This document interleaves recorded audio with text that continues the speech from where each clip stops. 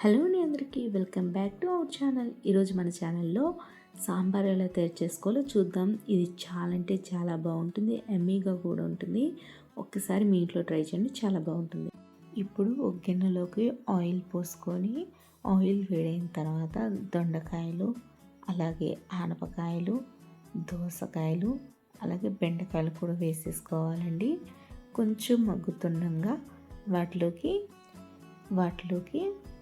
ములక్కాయలు, అలాగే క్యారెట్, మీకు నచ్చిన కూరగాయలు ఇంకేమైనా ఉంటే అవి కూడా వేసేసుకోండి. నాకైతే ఇవి చాలా అనిపించాయి, వేసేసుకోవాలి.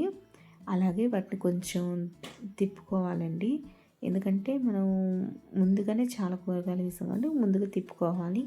ఇప్పుడు దాంట్లోకి కొంచెం ఉప్పు, అలాగే పసుపు వేసుకోవాలి, ఎందుకంటే తొందరగా మగ్గుతాయి. అలాగే ముక్కలకు ఉప్పు కూడా చాలా బాగా పడుతుంది, మీకు చాలా రుచినిస్తుంది. అలాగే ఇప్పుడు వాటిలోకి పచ్చిమిర్చి, ఉల్లిపాయ, అలాగే టమాటా వేసుకోవాలి.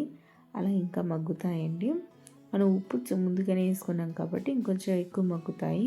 చూడండి, నాకు ఒక 6 minutesకి ఇలా వచ్చింది మగ్గిని. అలాగే కారం వేసుకోవాలి. కారం వేసి మళ్ళీ ఇంకొకసారి తిప్పుకోవాలి.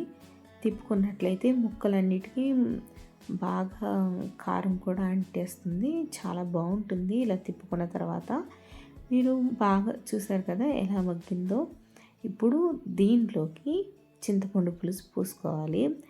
యాక్చువల్లీ చింతపండు పులుసు అనేది మనం మెంబర్స్ బట్టి ఉంటుంది. యాక్చువల్లీ మా ఇంట్లో 5 members కాబట్టి మేము 5గురికి నేను 1/2 లీటర్ వాటర్ పోస్తున్నాను. లీటర్ని బట్టి నేను చింతపండు నానబెట్టి పోసుకున్నానండి. మీ ఇంట్లో మెంబర్స్ని బట్టి మీరు మీకంటూ ఒక అంచనా ఉంటుందో అలా వేసుకోండి. మేబీ నేను అలాగే వేశాను.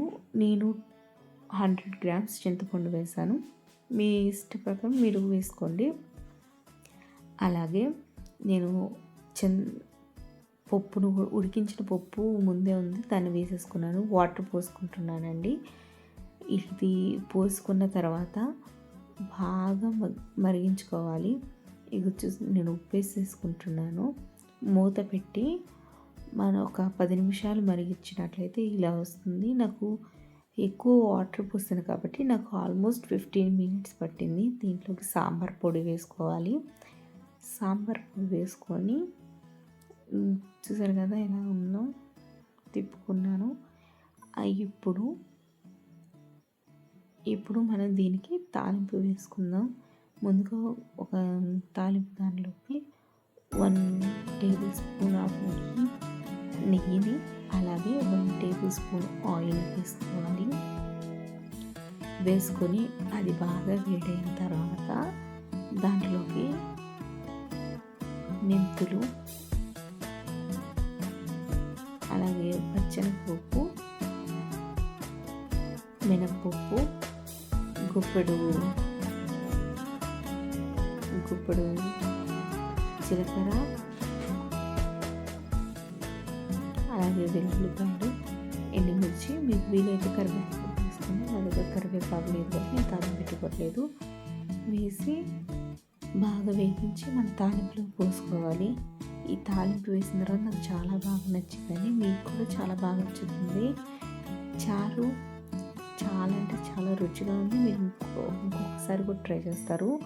ముక్కకి చాలా ఉప్పు బాగా పట్టింది, చాలా అంటే చాలా బాగుంది. కూరలో కూడా ఉప్పు సరిపోయింది, చప్పుడు ఎక్కడ కాలేదు. మీరు ముక్కకి ఉప్పు అంటాలంటే ఖచ్చితంగా మగ్గించుకునేటప్పుడే వాటర్లో నార్మల్గా అప్పుడే మీరు ఉప్పు వేసుకోండి, చాలా బాగా ముక్కకి అంటుతుంది. కూరలో కూడా వేసుకొని చాలా బాగుంటుంది. మీరు ఒకసారి ఇంట్లో ట్రై చేయండి, ఎలా ఉందో చెప్పి మాకు కామెంట్ చేయండి. Thank you.